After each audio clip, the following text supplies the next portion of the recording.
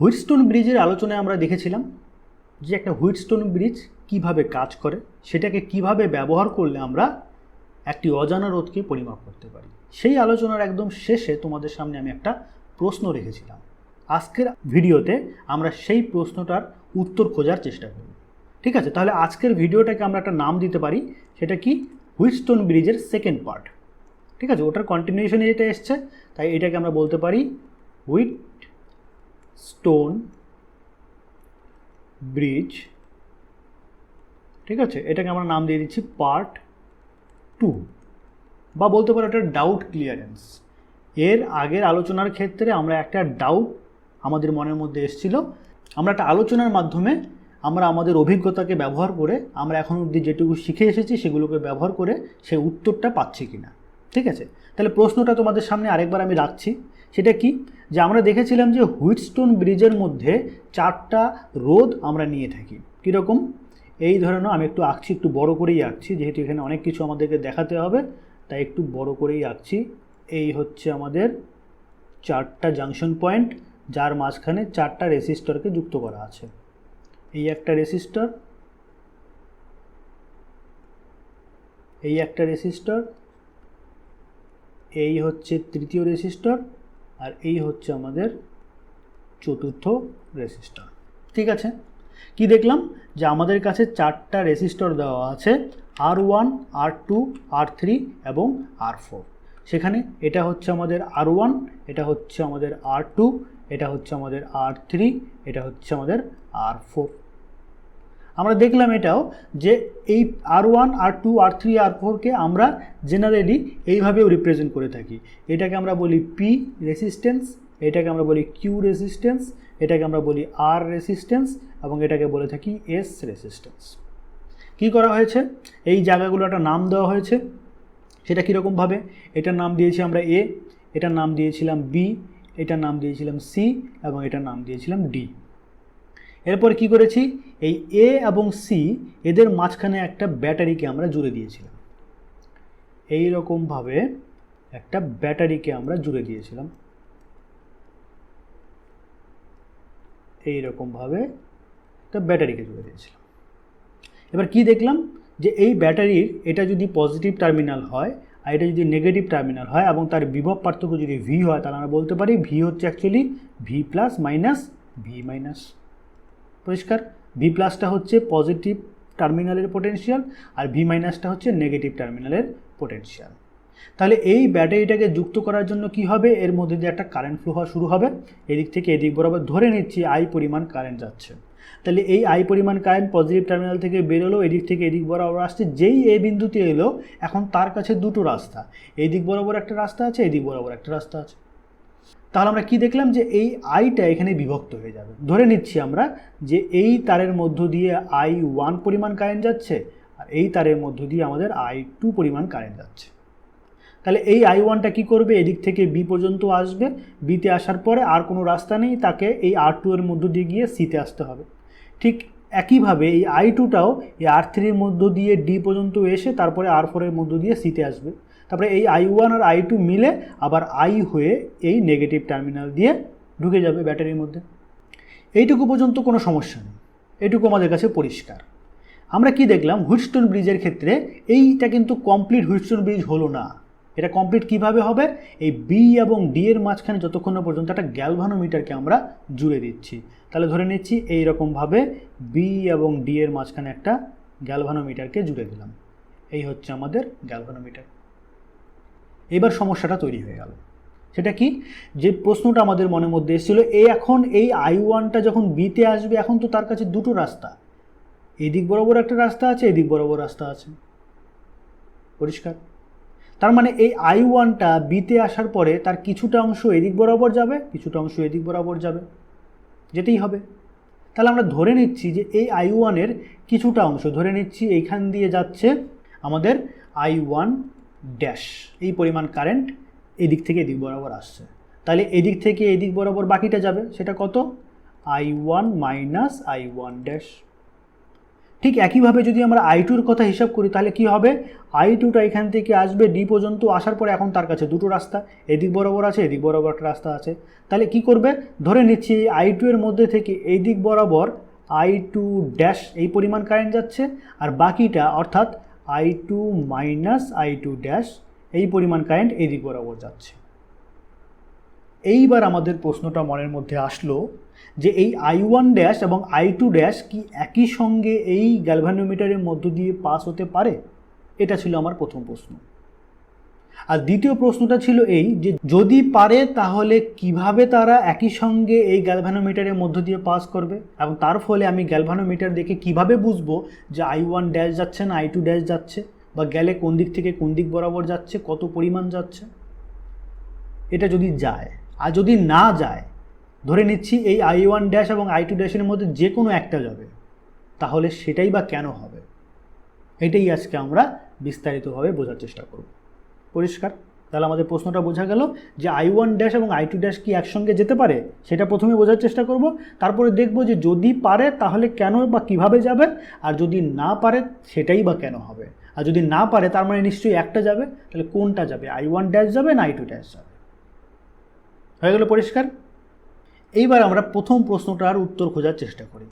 ঠিক আছে, আমরা 1 নম্বর প্রশ্নের উত্তরটা খোঁজার চেষ্টা করব যে I1 ড্যাশ যাবে নাকি I2 ড্যাশ যাবে নাকি দুটোই একসঙ্গে যাবে। দেখো, আমরা কিরচফস কারেন্ট ল, কিরচফস ফার্স্ট ল যেটাকে আমরা কারেন্ট ল বলে থাকি, কারেন্ট ল বা ইন শর্ট আমরা KCL, এই আলোচনাটা যখন করেছিলাম সেখানে আমরা কি দেখেছিলাম যে কোনো একটা সার্কিটের যে কোনো একটা জাংশন পয়েন্টে যদি এই একটা জাংশন পয়েন্ট হয়, তাহলে জাংশন পয়েন্টের থেকে মনে করো এদিক থেকে এদিক বরাবর একটা তার আসছে, এদিক থেকে এদিক বরাবর একটা তার আসছে। সেখান থেকে আমরা কি দেখলাম যে যদি এই জাংশন পয়েন্টে এদিক থেকে এদিক বরাবর I পরিমাণ কারেন্ট আসে, তাহলে এদিক থেকে এদিক বরাবর অবশ্যই I পরিমাণ কারেন্ট বেরিয়ে যাবে। অর্থাৎ কোনো একটা জাংশন পয়েন্টে যে পরিমাণ কারেন্ট ঢুকবে ঠিক সেই পরিমাণ কারেন্ট এখান থেকে বেরিয়েও যাবে। এমন কখনোই হতে পারে না যে এইরকম একটা জাংশন পয়েন্টের মাঝখানে, মনে করো এই একটা জাংশন পয়েন্ট আছে, এখান থেকে এদিক বরাবর কিছুটা পরিমাণ কারেন্ট ঢুকলো, আবার এদিক থেকে কিছুটা পরিমাণ কারেন্ট ঢুকলো, মনে করো এখান দিয়ে I1 ঢুকছে, এদিক দিয়ে I2 ঢুকছে। এটা কোনোদিনই হতে পারে না। যেটা ঢুকবে তাকে বেরিয়ে যেতে হবেই হবে। মানে কোনো জাংশন পয়েন্ট কখনোই কোনো চার্জকে সে সঞ্চয় করে রাখতে পারে না, বা সে কোনো চার্জকে এখানে সৃষ্টি করতে পারে না। আমরা দেখেছিলাম যে কিরচফের কারেন্ট ল বা KCL এটা law of conservation of charge, অর্থাৎ আধানের সংরক্ষণ নীতিকে মেনে চলে। তাহলে সেই ধারণা থেকে তোমরা যদি এটা না দেখে থাকো তাহলে অবশ্যই একবার দেখে নাও, তাহলে এই জিনিসটা বুঝতে পারবে যে আমি এখানে কি বলতে চাইছি। যে কোনো একটা সার্কিটের মধ্যে যে কোনো একটা জাংশন পয়েন্ট, এই যদি একটা জাংশন পয়েন্ট হয়, তাহলে এখান থেকে যে পরিমাণ কারেন্ট ঢুকবে ঠিক সেই পরিমাণ কারেন্ট এখানে বেরিয়ে যেতে হবে। এটা আমরা এখানে দেখলামও, দেখো I1 এখান দিয়ে ঢুকছে আর বেরিয়ে যাচ্ছে কত I1 ড্যাশ আর I1 মাইনাস I1 ড্যাশ। তাহলে ঢুকছে কত I1 আর বেরিয়ে যাচ্ছে কত এইটার এটা যোগ করে দেখো আবার I1ই ঘুরে পাবো। পরিষ্কার হলো কথাটা? সব ক্ষেত্রে আমরা প্রত্যেকটা জাংশনের ক্ষেত্রেই তাই দেখবো। এই যে আইটা এলো, আইটা এখানে ঢুকলো কিন্তু বেরোলো কত I1 আর I2। তার মানে আমরা কী বলতে পারি, I হচ্ছে অ্যাকচুয়ালি I1 আর I2-র যোগফলের সঙ্গে সমান। তাহলে আমি এখানে যেই কথাটা বলতে চাইছি যে কোনো একটা জাংশন পয়েন্টে যদি কিছুটা পরিমাণ কারেন্ট ঢোকে একদিক দিয়ে, তাহলে অপর দিক দিয়ে অবশ্যই বেরোতে হবে যদি একটা রাস্তাই তার কাছে থাকে। হ্যাঁ, এখান দিয়ে যদি আরেকটা রাস্তা থাকতো তাহলে এমন হতে পারতো যে এদিক থেকে কারেন্ট ঢুকছে, এদিক থেকে কারেন্ট ঢুকছে, দুটো মিলে এদিক থেকে বেরোচ্ছে। কিন্তু যদি একটা জাংশন পয়েন্টে দুটো তারই থাকে দুদিক বরাবর, তাহলে একদিক দিয়ে ঢুকবে আরেক দিক দিয়ে বেরিয়ে যাবে। এমন কখনোই হতে পারে না যে দুই দিক দিয়েই ঢুকছে, বা এমন কখনোই হতে পারে না যে এদিক দিয়েও বেরিয়ে যাচ্ছে এদিক দিয়েও বেরিয়ে যাচ্ছে। এটা কোনোভাবেই সম্ভব নয়। এটা সম্ভব। এইবার তোমরা এই জি পয়েন্টটাকে হিসাব করো। যদি জি পয়েন্টে এই জায়গাটাকে তোমরা যদি একটা জাংশন পয়েন্টের মতো হিসাব করো, কোনো একটা জায়গার সংযোগ বিন্দু হিসেবে হিসাব করো, তাহলে কি বলতে পারো, এই তার এবং এই তার এই জাংশন পয়েন্টের সঙ্গে সংযুক্ত অবস্থায় রয়েছে। তাহলে এটাকে যদি আমরা একটা জাংশন পয়েন্ট বলি, তাহলে দেখো এখানে আমাদের I1 ড্যাশও ঢুকছে, I2 ড্যাশও ঢুকছে। এটা তো কখনোই সম্ভব নয়। তাহলে বেরিয়ে যাচ্ছে কে? কেউ বেরিয়ে যাচ্ছে না। তার মানে I1 আর I2 দুটোই এখানে জমা হয়ে যাচ্ছে। তার মানে চার্জ কিছুটা পরিমাণ এখানে জমা হয়ে যাচ্ছে। কিন্তু এটা তো কখনোই সম্ভব না। KCL অনুযায়ী আমরা জানি যেটা আধানের সংরক্ষণের দিকে মেনে চলে।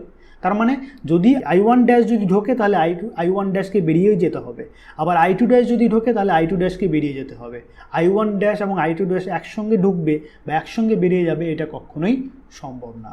পরিষ্কার? তার মানে আমরা প্রথম প্রশ্নের উত্তরটা পেয়ে গেলাম যে এই রকম একটা গ্যালভানোমিটারের মধ্যে I1 ড্যাশ ঢুকবে আর I2 ড্যাশও ঢুকবে, এটা কখনোই সম্ভব নয়। একটা সময় যে কোনো একটা ঢুকবে, আইদার I1 ড্যাশ ঢুকবে অথবা I2 ড্যাশ এই তারের মধ্য দিয়ে মানে এই গ্যালভানোমিটারের মধ্য দিয়ে পাস করবে। হয়ে গেল? তাহলে আমরা প্রথম প্রশ্নের উত্তরটা পেয়ে গেলাম যে হয় I1 ড্যাশ যাবে নয়তো I2 ড্যাশ যাবে। এইবার আমরা দেখব যে I1 ড্যাশ যাবে না I2 ড্যাশ যাবে, এইটাই বা আমরা কী করে বুঝবো। চলো এইবার এটাকে একটু বোঝা যাক। এখন আমরা উত্তর খুঁজবো 2 নম্বর প্রশ্নটা, যেটা আমাদের মনের মধ্যে এসছে যে I1 ড্যাশ যাবে নাকি I2 ড্যাশ যাবে, সেটা আমরা কিভাবে বুঝবো। আমরা তড়িৎ প্রবাহের ধারণা পেয়েছি, আমরা এই কথাটা বারবার বিভিন্ন ক্ষেত্রেই ব্যবহার করেছি যে কোনো একটা রোধের মধ্য দিয়ে যদি ধরো এরকম একটা রোধক তোমাকে দেওয়া আছে, একটা রেসিস্টর দেওয়া আছে যার রেসিস্ট্যান্সের ভ্যালু ধরে নাও R, তাহলে এই রেসিস্টরের মধ্য দিয়ে কারেন্ট পাস হবে কখন? যখন এই প্রান্ত এবং এই প্রান্তের মধ্যে একটা বিভব পার্থক্যের সৃষ্টি হবে। অর্থাৎ এই যে এটা যদি এ প্রান্ত হয়, এটা যদি বি প্রান্ত হয়, তাহলে এ প্রান্তের বিভবের মান যা হবে বি প্রান্তের বিভবের মান যদি সেম হয়, তাহলে এই তারের মধ্য দিয়ে কখনোই কোনো কারেন্ট প্রবাহিত হতে পারে না। কারেন্ট কখন প্রবাহিত হবে? যদি এ এবং বি এর মধ্যে একটা বিভবের পার্থক্য থাকে। ধরে নিচ্ছি যে এ থেকে বি বরাবর, এদিক থেকে এদিক বরাবর I পরিমাণ তড়িৎ প্রবাহিত হচ্ছে এই R রেসিস্টরের মধ্য দিয়ে। তার মানে আমাদের বুঝে নিতে হবে যে এ বিন্দুতে বিভবের মান যদি VA হয় তাহলে অবশ্যই সেটা VB এর থেকে বড়, মানে বি বিন্দুতে বিভবের মানের থেকে এ বিন্দুতে বিভবের মান অবশ্যই বেশি হতে হবে। এই জায়গাটায় বিভবের মান উচ্চ বিভব আর এটা নিশ্চয়ই নিম্ন বিভব। এই বিভবের পার্থক্য হয়েছে বলেই কারেন্টটা উচ্চ থেকে নিম্নের দিকে যাচ্ছে, এটা আমরা দেখেছিলাম। দেখো এই লজিকটাকে যদি তোমরা কাজে লাগাও তাহলে কিন্তু এই ব্যাপারটাকে এক্সপ্লেন করতে পারছি আরেকভাবে। সেটা কীরকমভাবে? আমরা বলছি যে I1 ড্যাশ আর I2 ড্যাশ কি দুটো একসঙ্গে যেতে পারে? পারে না। কেন? এই বি পয়েন্ট এবং ডি পয়েন্ট এর মধ্যে তো কারেন্টটা ফ্লো হচ্ছে, তো তাহলে I1 ড্যাশ যদি এদিক থেকে এদিক বরাবর আসে, তার মানে আমরা কি বলতে পারি যে বি বিন্দুতে বিভবের মান বেশি, ডি বিন্দুতে বিভবের মান কম। যদি বলি I2 ড্যাশটা ডি থেকে বি বরাবর যাচ্ছে, তার মানে আমরা কি বুঝতে পারছি যে নিশ্চয়ই ডি বিন্দুতে বিভবের মান বেশি, বি বিন্দুতে বিভবের মান কম। দুটো কি একসঙ্গে হওয়া সম্ভব? কোনোদিনই সম্ভব না। আমি যদি বলি বি বিন্দুতে বিভবের মান বেশি আর ডি বিন্দুতে কম, এটা যদি সত্য হয়, তাহলে আমি যদি বলি একই সময়ে ডি বিন্দুতে বিভবের মান বেশি, বি বিন্দুতে বিভবের মান কম, এটা কোনোদিনই সম্ভব? কোনোদিনই সম্ভব না। যে কোনো একটা সময় হয় বি বিন্দুতে বিভবের মান বেশি হবে, নয়তো ডি বিন্দুতে বিভবের মান বেশি হবে। যেদিকটা বেশি হবে সেদিক থেকে কারেন্ট ফ্লো হওয়া শুরু হবে। তাহলে এইভাবেও আমরা এক্সপ্লেন করতে পারি যে কোনো একটা নির্দিষ্ট সময়ে আইদার I1 ড্যাশ ঢুকবে অথবা I2 ড্যাশ ঢুকবে, সেটা ডিপেন্ড করবে যে বি বিন্দুতে বিভবের মান বেশি না ডি বিন্দুতে বিভবের মান বেশি। পরিষ্কার?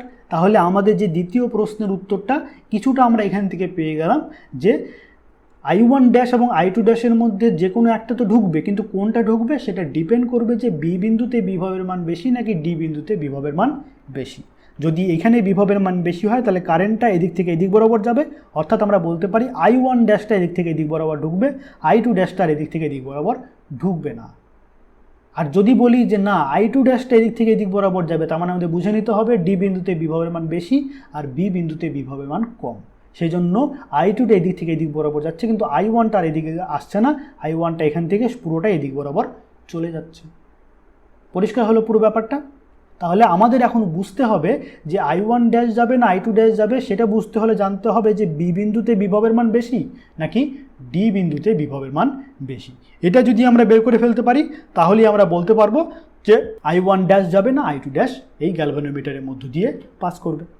এই ঘটনাটাকে যদি বুঝতে হয় আমরা একটা ছোট্ট এক্সাম্পল নিই, তাহলে দেখবে এই জিনিসটা আমাদের মধ্যে পরিষ্কার হয়ে যাবে। ঠিক আছে? তাহলে আমি এখানে একটু লিখে নিই যে যদি এখানে আমি একটু কথাটা লিখি তাহলে মনে থাকবে, যদি VB অর্থাৎ বি বিন্দুতে বিভবের মান ডি বিন্দুতে বিভবের মানের থেকে বেশি হয়, তাহলে আমরা বলতে পারবো, মানে বি বিন্দুতে বিভবের মান বেশি ডি বিন্দুতে বিভবের মান কম হয়, তাহলে বলতে পারবো যে I1 ড্যাশ এটা ঢুকবে। ঠিক আছে? আর যদি ভিডি এর ভ্যালুটা ভিবি এর থেকে বড় হয়, তাহলে আমরা বলতে পারি যে I2 ড্যাশ এটা এই সার্কিটের মধ্য দিয়ে বা গ্যালভানোমিটারের মধ্য দিয়ে প্রবেশ করবে। পরিষ্কার হলো? তাহলে আমাদের বুঝতে হবে যে ভিবিটা বেশি হবে না ভিডিটা বেশি হবে, এইটা আমরা কি করে বুঝবো। এবার চলো একটা ছোট্ট এক্সাম্পল তোমাদেরকে একটা দিই, মানে একটা থিওরি দিচ্ছি, তোমরা এই জিনিসটা আগেও দেখে এসেছো অনেকবার, তবু আমি এক্ষেত্রে বলছি, তাহলে জিনিসটা অনেক বেশি পরিষ্কার হবে। ধরো তোমাকে আমি বললাম যে এই ধরে নাও একটা রোধ তোমাদেরকে দেওয়া আছে, তার সঙ্গে এখানে আরেকটা রোধ তোমরা নিয়েছো, এটা পরপর শ্রেণী সমবায় যুক্ত আছে, এবং এই দুটোর সঙ্গে আমরা একটা ব্যাটারিকে জুড়ে দিয়েছি, এরকমভাবে একটা ব্যাটারিকে জুড়ে দিলাম। ঠিক আছে, তো ধরে নিচ্ছি এই যে ব্যাটারিটা, এই ব্যাটারির দুই প্রান্তের মধ্যে বিভব পার্থক্যটা কত, এটা হচ্ছে ভি হচ্ছে actually V positive minus V negative, যেটা আমরা বারবার দেখে এসেছি। ধরে নিচ্ছি এই ভি এর ভ্যালুটা হচ্ছে 12 ভোল্ট, অর্থাৎ ব্যাটারির দুই প্রান্তের মধ্যে বিভব পার্থক্য হচ্ছে 12 ভোল্ট। তাহলে এই ধরনের ক্ষেত্রে আমরা সাধারণত কী ধরে নিই, আমরা বলি বারবার এটাই যে নিশ্চয়ই ভি পজিটিভের ভ্যালুটা হচ্ছে +6 ভোল্ট আর ভি নেগেটিভের ভ্যালুটা হচ্ছে -6 ভোল্ট। এই তো এটা আমরা বলেছিলাম, এটা +6 ভোল্ট, এটা -6 ভোল্ট। তাহলে +6 থেকে -6 বিয়োগ করলে কত পাবো, 12 পেয়ে যাবো, তাই না? মানে আমি বলতে চাইছি এখানে এই কথাটাই যে ভি পজিটিভের ভ্যালুটা যদি +6 ভোল্ট হয় আর ভি নেগেটিভের ভ্যালুটা যদি -6 ভোল্ট হয়, তাহলে আমরা কি বলতে পারি, ভি এর ভ্যালুটা হবে V plus minus V minus, মানে +6 মাইনাস -6, অর্থাৎ +6 অর্থাৎ 12 ভোল্ট, যেটা হচ্ছে এই ব্যাটারির বিভব, দুই প্রান্তের মধ্যে বিভব পার্থক্য। এবার ধরে নিচ্ছি যে এই যে প্রথম রেজিস্টরটা নেওয়া হয়েছে এর ভ্যালু ধরে নাও, এখানে ধরে নিচ্ছি আর এর ভ্যালু হচ্ছে 2 ওহম, আর এটা যেটা নিয়েছি এটাও মনে করো 2 ওহম। ঠিক আছে, এটা মনে করো 1 নম্বর R1 এর ভ্যালু 2 ওহম, এটার ভ্যালু হচ্ছে R2, এটা হচ্ছে 2 ওহম। তাহলে R1 R2টা সমান, বুঝতেই পারলাম।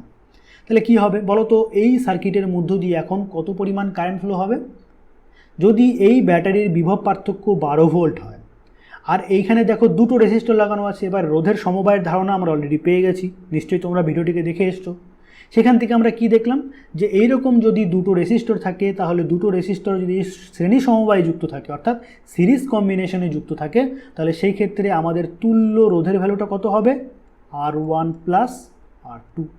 তার মানে 2 + 2 অর্থাৎ 4 ওহম হচ্ছে টোটাল রেজিস্ট্যান্স, আর টোটাল বিভব পার্থক্য কত, 12 ভোল্ট।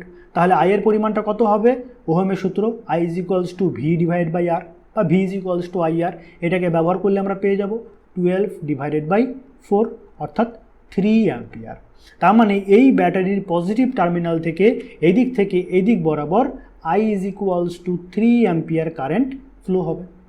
এই 3 অ্যাম্পিয়ার কারেন্ট এর মধ্য দিয়ে যাবে, কারণ এটা শ্রেণী সমবায় যুক্ত আছে, আর শ্রেণী সমবায় দুটো রেজিস্টর যুক্ত থাকলে উভয়ের মধ্য দিয়ে একই পরিমাণ তড়িৎ প্রবাহিত হয়। তাহলে 3 অ্যাম্পিয়ার কারেন্ট এর মধ্য দিয়ে গেল, এখান দিয়ে এসে আবার ব্যাটারির নেগেটিভ টার্মিনাল দিয়ে এখানে ঢুকে যাবে। পরিষ্কার এটুকু? তাহলে বলো তো, এই যে I = 3 অ্যাম্পিয়ার কারেন্ট যখন 2 ওহম রেজিস্টরের মধ্য দিয়ে পাস করছে, তাহলে বলো তো এই প্রান্ত এবং এই প্রান্ত, মানে এই রোধের দুই প্রান্তের মধ্যে বিভব পার্থক্যের ভ্যালুটা কত হবে? আমরা জানি V = I × R। I এর ভ্যালু কত, 3 অ্যাম্পিয়ার, আর এর ভ্যালু কত, 2 ওহম। তাহলে দুই প্রান্তের মধ্যে বিভব পার্থক্য হবে V = IR, মানে হচ্ছে 6 ভোল্ট। পরিষ্কার?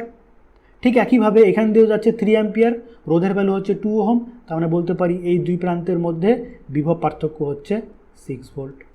আর টোটাল বিভব পার্থক্য কত, 12 ভোল্ট। এটা আমাদের পাওয়ার কথা ছিল, আমরা পেয়ে গেলাম, তাই তো? তার মানে আমি কি বললাম, ভি পজিটিভ এই টার্মিনালটার পোটেনশিয়াল হচ্ছে 6 ভোল্ট, মানে +6 ভোল্ট। তার মানে বোঝানো হচ্ছে এখানে এই কথাটাই যে এইখানে যদি +6 হয়, আমরা জানি এইটা যেহেতু এরকম একটা সিম্পল তার দিয়ে শর্ট সার্কিট করা থাকে, তাহলে এখানেও যা বিভব, এখানেও যা বিভব, এখানেও যা বিভব, এখানেও সেই বিভব। তার মানে এই জায়গাতে হবে আমাদের +6 ভোল্ট, আর এই জায়গাতে যদি -6 ভোল্ট হয়, তাহলে এখানে সব জায়গাতে -6 ভোল্ট, তার মানে এই জায়গাতেও আমি বলতে পারি -6 ভোল্ট। পরিষ্কার? তাহলে এই প্রান্তটা যদি +6 ভোল্ট হয় এবং এই প্রান্ত এবং এই প্রান্তের মধ্যে বিভব পার্থক্য যদি 6 ভোল্ট হয়, তাহলে নিশ্চয়ই এই জায়গাটার বিভবের মান হবে 0 ভোল্ট, তাই কি না? এখানে বিভবের মান হচ্ছে +6 ভোল্ট, এইখানে বিভবের মান হচ্ছে 0 ভোল্ট। তাহলে এই প্রান্ত এবং এই প্রান্তের মধ্যে বিভব পার্থক্য কত, 6 - 0, 6 ভোল্ট।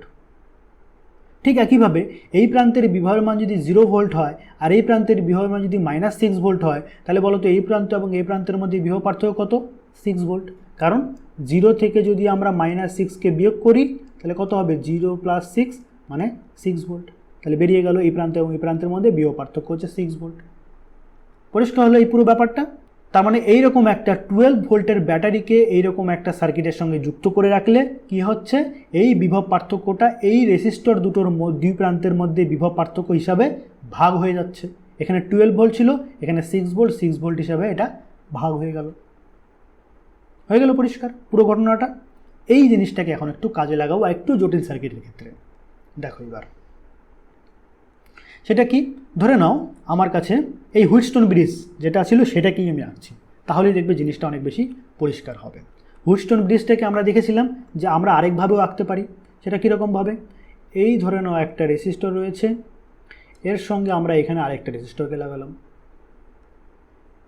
এবার এখান থেকে আমরা আরেকটা রেজিস্টরকে যুক্ত করেছি, এখানে আরেকটা রেজিস্টরকে যুক্ত করেছি,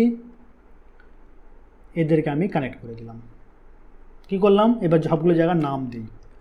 এই পয়েন্টটার নাম দিলাম আমরা এ, এই পয়েন্টটার নাম দিলাম বি, এইটার নাম দিলাম আমরা সি, আর এইটার নাম দিলাম ডি। এই রেজিস্টর যেটা আছে এটাকে নাম দিচ্ছি আমরা পি, এটার দিচ্ছি কিউ, এটার দিচ্ছি আর, এটার দিচ্ছি এস। এবার কি করছি? যে এই এ এবং সি এর মাঝখানে একটা ব্যাটারিকে জুড়ে দিলাম। এইরকমভাবে একটা ব্যাটারিকে আমরা এ এবং সি টার্মিনালের মাঝখানে জুড়ে দিলাম। দেখো তো এটাকে আমরা একটা হুইটস্টোন ব্রিজ বলতে পারি কিনা? নিশ্চয়ই বলতে পারি। এই হচ্ছে পি, এটা কিউ, এটা হচ্ছে আর, এটা এস, বি এবং ডি এর মাঝখানে আমরা একটা গ্যালভানোমিটারকে জুড়ে দিই। সেটাই করেছিলাম। তো এটা আমরা একটু পরে আঁকছি, আর বাকিগুলো একটু দেখে নিই আগে। এই হচ্ছে ব্যাটারি, ব্যাটারি পজিটিভ টার্মিনাল, এটা নেগেটিভ টার্মিনাল। তাহলে ব্যাটারির দুই প্রান্তের মধ্যে বিভব পার্থক্য কত হবে? V positive minus V negative. আমরা ধরে নিচ্ছি এই ভ্যালুটা কত? 12 ভোল্ট। তার মানে আমি কি বলতে চাইছি? ভি পজিটিভের ভ্যালুটা হচ্ছে +6 ভোল্ট আর ভি নেগেটিভের ভ্যালুটা হচ্ছে -6 ভোল্ট। তাহলে এই প্রান্ত এবং এই প্রান্তের মধ্যে বিভব পার্থক্য কত হলো? 6 মাইনাস -6, তার মানে +12 ভোল্ট। আশা করি এখন তোমরা বুঝতে পারলে জিনিসটা। এইবার এটার কানেক্ট করার ফলে কি হলো? এই তারের মধ্য দিয়ে কিছুটা পরিমাণ কারেন্ট যাবে। সেটা ডিপেন্ড করবে পি এর ভ্যালু কত, কিউ এর ভ্যালু কত, আর এর ভ্যালু কত, এস এর ভ্যালু কত।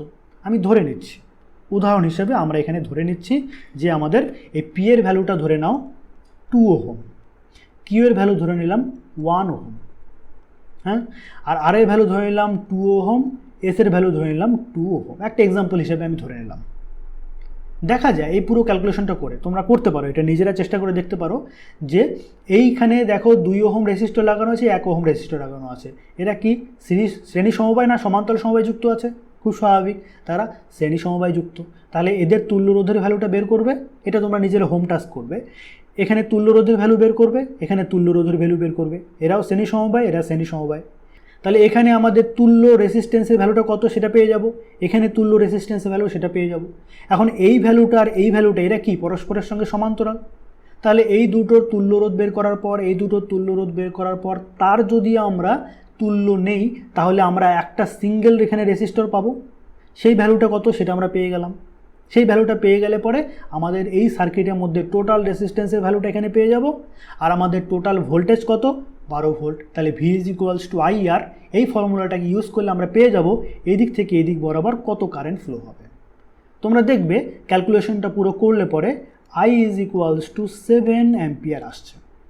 যদি এটা কিভাবে এলো এটা যদি কারো বুঝতে অসুবিধা হয় তাহলে আমাকে নিশ্চয়ই কমেন্টে জানাবে, ঠিক আছে?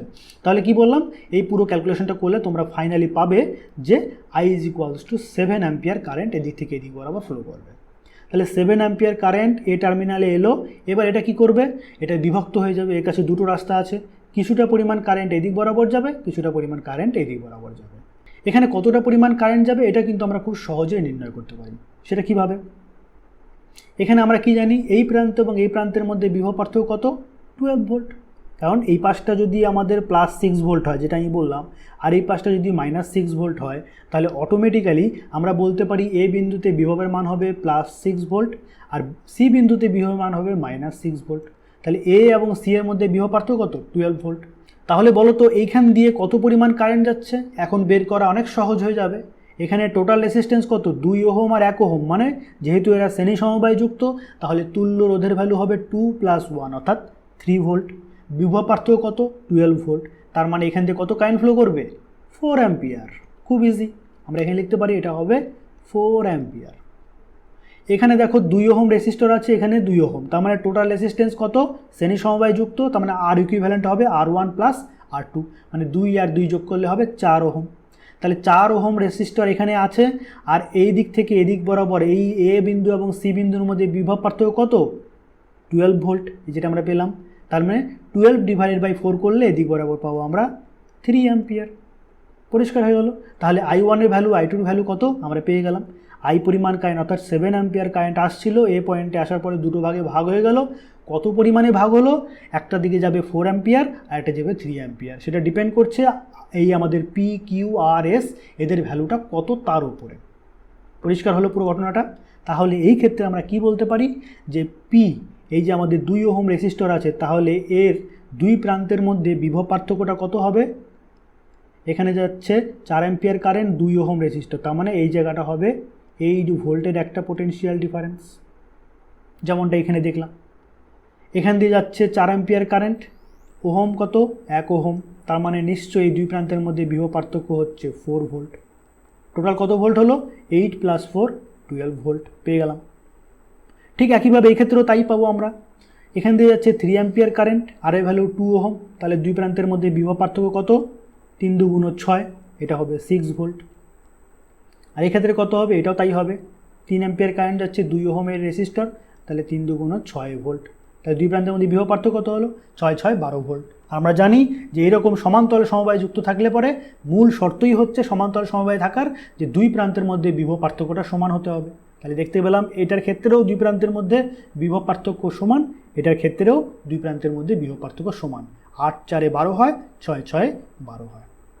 এবার যেমনটা এখানে দেখলাম যে এইখানে যদি আমাদের +6 ভোল্ট হয় আর এইখানে পার্থক্য হচ্ছে 6 ভোল্ট, তার মানে নিশ্চয়ই এই প্রান্তটা 0 ভোল্ট হতে হবে। 6 থেকে কমতে কমতে কমতে কমতে কতটা কমবে, 6 ভোল্ট কমবে, 0 ভোল্ট হয়ে গেল। এবার 0 থেকে আরও কত কমবে, 6 ভোল্ট, কমতে কমতে কমতে কমতে -6 হয়ে গেল। তাহলে এখানে হয়ে গেল জিনিসটা। ঠিক এই জিনিসটা আমরা এই ক্ষেত্রেও কাজে লাগাবো। এইখানে দেখো এই প্রান্তটা হচ্ছে +6 ভোল্ট, মানে এখানে এটা যদি +6 ভোল্ট হয়, ঠিক কি না? তাহলে +6 ভোল্ট হলে এই প্রান্তটা অবধি আমাদের 8 ভোল্ট কমতে হবে, তার মানে এখানে কত হতে হবে, -2 ভোল্ট। 6 থেকে -2 বিয়োগ করলে কত হবে, 8 ভোল্ট। আবার এখানে হচ্ছে -2 আর এখানে হচ্ছে আমাদের -6, ডিফারেন্স কত, 4 ভোল্ট। আশা করি এই জিনিসটা বুঝতে তোমাদের অসুবিধা হচ্ছে না। দেখো এই প্রান্তটার বিভবের মান কত, +6 ভোল্ট। তাহলে +6 থেকে আমরা যদি -2কে বিয়োগ করি তাহলে কত হবে, 6 + 2 অর্থাৎ 8 ভোল্ট। অর্থাৎ এই দুই প্রান্তের মধ্যে বিভব পার্থক্য 8 ভোল্ট পেয়ে গেলাম। ঠিক একইভাবে আমরা এই প্রান্তটার বিভবের মান হচ্ছে -2 ভোল্ট আর এই প্রান্তের বিভব হচ্ছে -6 ভোল্ট। তাহলে -2 - -6, তার মানে কত, -2 + 6 অর্থাৎ 4 ভোল্ট। অর্থাৎ দুই প্রান্তের মধ্যে বিভব পার্থক্য কত, 4 ভোল্ট বেরিয়ে গেল। তার মানে আমরা কি পেলাম, এই -2 হচ্ছে বি বিন্দুতে বিভবের মান। অর্থাৎ এখান থেকে আমরা কি বলতে পারি, আমাদের এখান থেকে বলতে পারি ভিবি এটা হচ্ছে -2 ভোল্ট। এটা আমরা এখান থেকে পেয়ে গেলাম। ঠিক একইভাবে ডি বিন্দুতে বিভবের মান কত, সেটাও আমরা খুব সহজে নির্ণয় করতে পারি। সেটা কিভাবে, এখানে দেখো আমাদের এখানে বিভবের মান কত, +6 ভোল্ট। তার মানে আমরা কি বলতে পারি, এই জায়গাটা হচ্ছে +6, এখান থেকে কত কমতে হবে, 6 ভোল্ট কমতে হবে। তাহলে এই জায়গাটা নিশ্চয়ই 0 ভোল্ট। 0 ভোল্ট থেকে কমতে কমতে এখানে -6 হলো, তাই ডিফারেন্স কত হলো, 6 ভোল্ট। তার মানে আমি +6 থেকে কমতে কমতে কোথায় গেলাম, 0-তে। তাহলে ডিফারেন্স কত হলো, 6 - 0 মানে হচ্ছে 6 ভোল্ট। অর্থাৎ দুই প্রান্তের মধ্যে বিভব পার্থক্য হলো 6 ভোল্ট। আবার 0 থেকে কমতে কমতে -6-এ গেলাম, তাহলে 0 থেকে আমরা কমতে কমতে -6-এ গেলাম, তাহলে 0 - +6 অর্থাৎ 6 ভোল্ট। অর্থাৎ দুই প্রান্তের মধ্যে বিভব পার্থক্য 6 ভোল্ট চলে এলো। পরিষ্কার? তাহলে এখান থেকে আমরা পেয়ে গেলাম যে ডি বিন্দুতে বিভবের মান কত, ভিডি এর ভ্যালুটা হচ্ছে 0 ভোল্ট। এইবার বলো তো ভিবিটা বড় না ভিডিটা বড়? খুব সহজ, ভিডিটা আমাদের বড়, ভিবিটা ছোট। ভিডি হচ্ছে 0 ভোল্ট, এটা হচ্ছে -2 ভোল্ট, অর্থাৎ 0 থেকে এটা 2 ভোল্ট কম। তাহলে এখান থেকে আমরা পেয়ে গেলাম ভিডি ইজ গ্রেটার দেন ভিবি। আর ভিডি যদি ভিবি এর থেকে বড় হয়, একটু আগে এটা আমরা দেখেছিলাম যে ভিডি যদি ভিবির থেকে বড় হয় তাহলে I2 ড্যাশ সেটা ঢুকবে। অর্থাৎ এই বি এবং ডি এর মাঝখানে যদি আমরা একটা গ্যালভানোমিটারকে যুক্ত করে দেই, এই দিক থেকে এদিক বরাবর যদি একটা গ্যালভানোমিটারকে জুড়ে দেই, তাহলে কারেন্টটা কোন দিক থেকে কোন দিক বরাবর যাবে? ডি থেকে বি বরাবর যাবে। আর ডি থেকে বি বরাবর কে যায়? ডি থেকে বি বরাবর I2 ড্যাশ এটা যাবে। পরিষ্কার? তাহলে আমরা কি এতক্ষণ থেকে খোঁজার চেষ্টা করেছিলাম যে I1 ড্যাশ এবং I2 ড্যাশের মধ্যে কে যাবে, সেটা আমরা কিভাবে বুঝবো? সেটার জন্য আমাদেরকে বুঝতে হবে যে বি বিন্দুতে বিভবের মান বেশি নাকি ডি বিন্দুতে বিভবের মান বেশি। সেটা যদি আমরা বের করতে পারি তাহলেই বুঝতে পারবো যে I1 ড্যাশ যাবে নাকি I2 ড্যাশ যাবে। যখন দেখবো যে ভিডি এর ভ্যালুটা ভিবির থেকে বড়, মানে এই জায়গাটা উচ্চ বিভব, এই জায়গাটা নিম্ন বিভব, তখন I2 ড্যাশটা এদিক থেকে এদিক বরাবর যাবে। আর যদি দেখি যে না, ভিবিটা বড় ভিডিটা ছোট, অর্থাৎ এই প্রান্তটা উচ্চ বিভব সম্পন্ন আর এই প্রান্তটা নিম্ন বিভব সম্পন্ন, তাহলে I1 ড্যাশটা এদিক থেকে এদিক বরাবর আসলো। কিন্তু আমাদের এই পার্টিকুলার সার্কিটের ক্ষেত্রে কি দেখলাম যে আমাদের ভিডিটা বড় হচ্ছে, ভিবিটা ছোট হচ্ছে। তাহলে আমাদের কি হচ্ছে যে কারেন্টটা ডি থেকে বি বরাবর যাবে। অর্থাৎ এই ক্ষেত্রে আমরা বলতে পারি I2 ড্যাশ ডি থেকে বি বরাবর যাবে।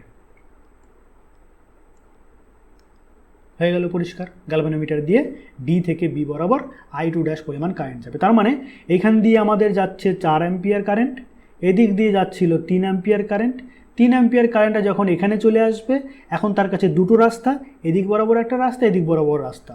4 অ্যাম্পিয়ারের ক্ষেত্রেও দুটো রাস্তা ছিল, কিন্তু যেহেতু এই পি এবং কিউ এবং আর এবং এস এদের ভ্যালুটা আমরা এমনভাবে নিয়েছি যেতে বি বিন্দুতে বিভবের মানটা কম হয়ে যাচ্ছে, ডি বিন্দুতে বিভবের মানটা বেশি হয়ে যাচ্ছে।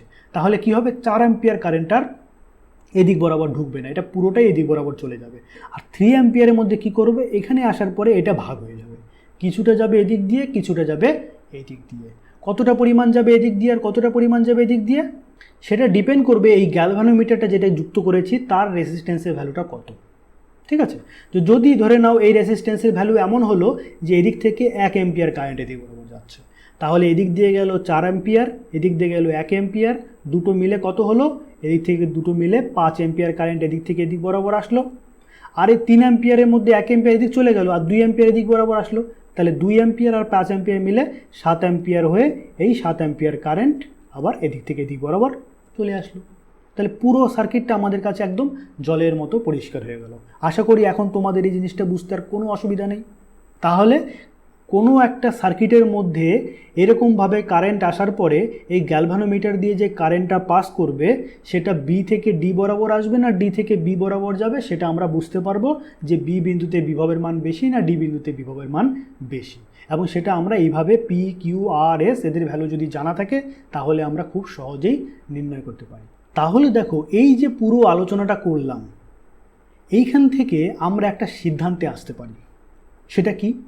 আমরা কি প্রতিবার এই পি এর ভ্যালু কত, কিউ এর ভ্যালু কত, আর এর ভ্যালু কত, এস এর ভ্যালু কত, কত কারেন্ট যাচ্ছে, এটা শ্রেণী সমবায় যুক্ত আছে, এটা শ্রেণী সমবায় যুক্ত আছে, সমান্তরাল সমবায় থাকলে পরে টোটাল রেসিস্ট্যান্সের ভ্যালু কত হবে, ভি দিয়ে ভাগ করলাম, কারেন্টের ভ্যালু বের করলাম, তার মধ্যে কতটা কারেন্ট যাবে এদিক বরাবর, কতটা কারেন্ট যাবে এদিক বরাবর, বি বিন্দুতে বিভবের মান বেশি হবে না ডি বিন্দুতে বিভবের মান বেশি হবে, এত কিছু বের করার পরে আমরা ফাইনালি দেখতে পেলাম যে কোন দিক থেকে কোন দিক বরাবর কারেন্ট যাবে। এটা কি কোনো সহজ পদ্ধতি নেই যে আমরা বুঝতে পারি না দেখে যে বি থেকে ডি এর দিকে কারেন্ট আসবে নাকি ডি থেকে বি এর দিকে কারেন্ট যাবে? এটারও একটা শর্টকাট পদ্ধতি আছে। শর্টকাট ঠিক নয়, এটা লজিক্যাল, আমি তোমাদেরকে দেখাচ্ছি। তাহলে দেখবে এই জিনিসটা বুঝতে অনেক বেশি সহজ মনে হবে। যে কোনো সার্কিটের ক্ষেত্রে তোমরা দেখেই বুঝে যাবে যে কারেন্টটা কোন দিক থেকে কোন দিক বরাবর যাচ্ছে, বা এই পি কিউ আর এস এর ভ্যালু কত হলে পরে কারেন্ট কোন দিক থেকে কোন দিক বরাবর যাবে। সেটা কিভাবে? চলো এটা আমরা একটু বিস্তারিতভাবে বুঝি। এই জিনিসটা ভালো করে দেখে নাও। আর এই জিনিসটাকে আমরা পরবর্তীতে অনেক ক্ষেত্রেই ব্যবহার করব। যখন আমরা post office box, metre bridge এই সম্বন্ধে জানবো, তখন দেখবে এই জিনিসগুলো আমরা বারবার ব্যবহার করছি। ঠিক আছে? সেক্ষেত্রে আমরা সরাসরি ব্যবহার করবো। এই ক্ষেত্রে আমরা কি দেখলাম? পি এর ভ্যালু আমরা পেয়েছি কত? 2 ওহম, এটা ধরে নিয়েছি। কিউ এর ভ্যালু ধরে নিয়েছি 1 ওহম। আর এর ভ্যালু ধরে নিয়েছিলাম কত? 2 ওহম। আর এস এর ভ্যালু ধরে নিয়েছিলাম আমরা 2 ওহম। তাহলে এখানে যদি আমরা P by Q is equals to R by S, অর্থাৎ আমাদের যে ব্যালেন্স কন্ডিশনটা ছিল হুইটস্টোন ব্রিজ, এই যে হুইটস্টোন ব্রিজটা এটা ব্যালেন্স কখন হবে, যখন গ্যালভানোমিটারের মধ্য দিয়ে কোনো কারেন্ট যাবে না। সেটা আমরা কি পেয়েছিলাম, পি বাই কিউ মানে P divided by Q is equals to R divided by S. এই কন্ডিশন যখন স্যাটিসফাই হবে তখনই আমরা বলতে পারবো যে এই হুইটস্টোন ব্রিজটা ব্যালেন্স কন্ডিশনে চলে এসছে। এটা আমরা এর আগের আলোচনার ক্ষেত্রে বিস্তারিতভাবে বলেছিলাম। তাহলে এখান থেকে আমরা কি পাচ্ছি, এখান থেকে আমরা পাচ্ছি পি ডিভাইডেড বাই কিউ কত, পি এর ভ্যালু 2 আর কিউ এর ভ্যালু হচ্ছে 1, তার মানে হচ্ছে 2। আর আমরা যদি আর ডিভাইডেড বাই এস এটা ভ্যালু বের করি কত হচ্ছে 2 ডিভাইডেড বাই 2 অর্থাৎ 1। তাহলে বলো তো পি বাই কিউ এর ভ্যালুটা বড় হলো না আর বাই এস এর ভ্যালুটা বড় হলো? অবভিয়াসলি যে P divided by Q is greater than R divided by S. এটা কখন হচ্ছে, এই পার্টিকুলার কেসের ক্ষেত্রে হচ্ছে। যখন আমরা পি এর এই ভ্যালুটা নিলাম, কিউ এর এই ভ্যালু, আর এর এই ভ্যালু এবং এস এর এই ভ্যালু নিয়েছি, তখন দেখতে পেলাম যে P by Q is greater than R by S হচ্ছে। আর যদি এটা হয় তাহলেই আমরা দেখতে পাচ্ছি ডি বিন্দুতে বিভবের মান বেশি হয় আর বি বিন্দুতে বিভবের মান কম হয়। তার মানে কারেন্টটা ডি থেকে বি বরাবর যায়। তার মানে আমরা কি দেখতে পেলাম, যখন P by Q is greater than R by S তখন আমাদের কি হবে, কারেন্টটা নিচ থেকে উপর দিকে অর্থাৎ ডি থেকে বি বরাবর যাবে। আইজি মানে কি বোঝাচ্ছি, এই গ্যালভানোমিটারের মধ্যে যে কারেন্টটা ফ্লো করছে। তাহলে আমাদের এখানে ডি এবং বি এর মাঝখানে ডি থেকে বি বরাবর কারেন্ট ফ্লো করবে কখন, যখন আমাদের পি বাই কিউ এর ভ্যালুটা আর বাই এস এর থেকে বড় হবে। তার মানে কি বলতে চাইছেন স্যার, যদি P by Q R by S এর থেকে ছোট হয় তাহলে কারেন্টটা ঠিক উল্টো দিক দিয়ে যাবে? নিশ্চয়ই সেটা যাবে। তোমরা দেখতে পারো, এটা নিজেরও ক্যালকুলেট করে দেখতে পারো। ধরে নাও তোমাদেরকে আমি বলে দিলাম যে পি এর ভ্যালুটা হচ্ছে 1 ওহম আর কিউ এর ভ্যালুটা হচ্ছে 2 ওহম, ঠিক উল্টো ধরলাম। ঠিক আছে, ধরো তোমাদেরকে আমি বলে দিলাম যে পি এর ভ্যালু ধরে নাও 1 ওহম আর কিউ এর ভ্যালু ধরে নাও 2 ওহম, আর এর ভ্যালু যা ছিল ধরে নাও 2 ওহমই আছে আর এস এর ভ্যালুও 2 ওহমই আছে। তাহলে সেই ক্ষেত্রে তোমরা যদি পি ডিভাইডেড বাই কিউ বের করো সেটা কত আসবে, 1 ডিভাইডেড বাই 2 মানে কত হচ্ছে 0.5। আর আমাদের যদি আর বাই এস এর ভ্যালুটা বের করো তাহলে সেটা কত হবে, 2 ডিভাইডেড বাই 2 মানে হচ্ছে 1। তাহলে দেখা যাচ্ছে যে পি বাই কিউ এর ভ্যালুটা আর বাই এস এর থেকে ছোট হচ্ছে, অর্থাৎ P divided by Q is less than R divided by S. এবং সেই ক্ষেত্রে এই পুরো ক্যালকুলেশনটা আমি যেটুকু বোঝালাম সেটা নিশ্চয়ই তোমরা বুঝতে পেরেছো। সেটাকে তোমরা এখন নিজেরা অ্যাপ্লাই করবে। পি এর জায়গায় তুমি এখন বসাবে 1 ওহম আর কিউ এর জায়গায় বসাবে 2 ওহম। তারপরে পুরো জিনিসটাকে ব্যবহার করে ফাইনালি তোমরা দেখতে পাবে যে বি বিন্দুতে আমাদের বিভবের মানটা আসবে বেশি, সেটা কত হবে, +2 ভোল্ট। আর কিউ বিন্দুতে বিভবের মান হবে 0 ভোল্ট। সেই ক্ষেত্রে তোমরা পাবে এই জিনিসটা। কি বললাম কথাটা, যখন তোমরা এই পুরো ক্যালকুলেশনটা করবে তখন দেখবে এই বি বিন্দুতে বিভবের মান আসবে +2 ভোল্ট আর ডি বিন্দুতে বিভবের মানটা 0 ভোল্টই থাকবে। অর্থাৎ সেই ক্ষেত্রে বি বিন্দুতে বিভবের মানটা বেশি আর ডি বিন্দুতে বিভবের মানটা কম। অর্থাৎ সেই ক্ষেত্রে মানে এই ক্ষেত্রে কারেন্টটা বি থেকে ডি বরাবর আসবে। অর্থাৎ আমি এখানে বলতে চাইছি যে এখানে কারেন্টটা আমাদের এই দিক থেকে বি থেকে ডি বরাবর আসবে। পরিষ্কার? তাহলে এই রিলেশনটাকে তোমরা একটু মনে রাখবে। যখনই দেখবে কোনো একটা হুইটস্টোন ব্রিজের মধ্যে পি বাই কিউ এর ভ্যালুর থেকে আর বাই এস এর ভ্যালু ছোট হচ্ছে, তার মানে কারেন্টটা ডি থেকে বি বরাবর যাবে গ্যালভানোমিটারের মধ্য দিয়ে। আর যখনই দেখবে যে পি বাই কিউ এর ভ্যালুটা আর বাই এস এর থেকে ছোট হচ্ছে তখন বুঝতে পারবে যে কারেন্টটা বি থেকে ডি এর দিকে আসছে। এই জিনিসটাকে তোমরা আশা করি বুঝতে পারলে এবং এটাকে তোমরা মনে রাখবে। পরবর্তীতে আমরা post office box, metre bridge যখন ব্যবহার করব তখন এই জিনিসটাকে আমরা সরাসরি ব্যবহার করতে পারবো। তাহলে আশা করি তোমাদেরকে একটা স্পষ্ট ধারণা দিতে পারলাম হুইটস্টোন ব্রিজ নিয়ে আমাদের মনের মধ্যে যে কনফিউশনটা তৈরি হয়েছিল। আশা করি পুরো ডাউটটা তোমাদের ক্লিয়ার হয়ে গেল। তাহলে আজকে আলোচনা আমরা এখানেই শেষ করছি। সুস্থ থাকো, ভালো থাকো, সঙ্গে থাকো। ধন্যবাদ।